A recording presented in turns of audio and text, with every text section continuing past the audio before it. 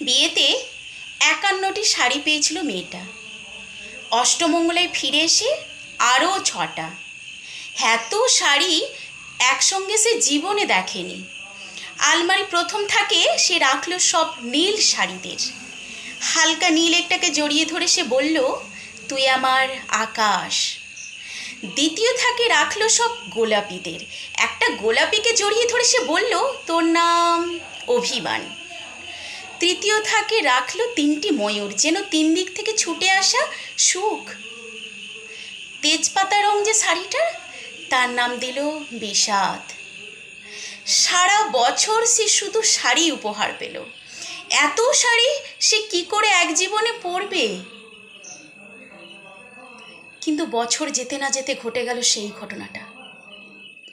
সন্ধ্যের মুখে মেয়েটি বেরিয়েছিল স্বামীর সঙ্গে চাইনিজ খেতে। কাপড়ে মুখ বাঁধা ৩টি ছেলে এসে দাঁড়ালো। স্বামী তোলপেটে ঢুকে গেল ১২ ইঞ্চি। ওপর থেকে নিচ, নিচের থেকে ডান দিকে যাকে বলে এল। পড়ে রইল খাবার। চিলি ফিশ থেকে তখনও ধোঁয়া বেরোচ্ছে।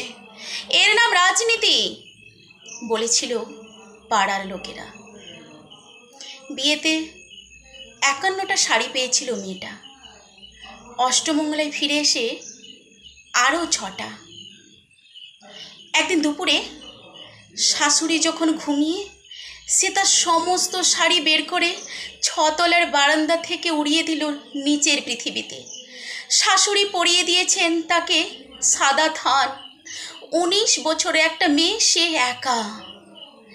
কিন্তু সেই থানও এক ঝটকায় খুলে নিল ৩জন পাড়ার মোড়ে।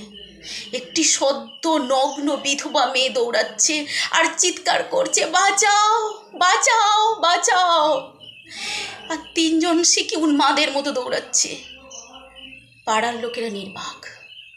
বিয়েতে ৫১টা শাড়ি পেয়েছিল মেয়েটা।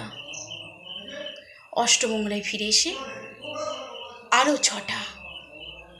বিয়েতে ৫১টা শাড়ি পেয়েছিল মেয়েটা।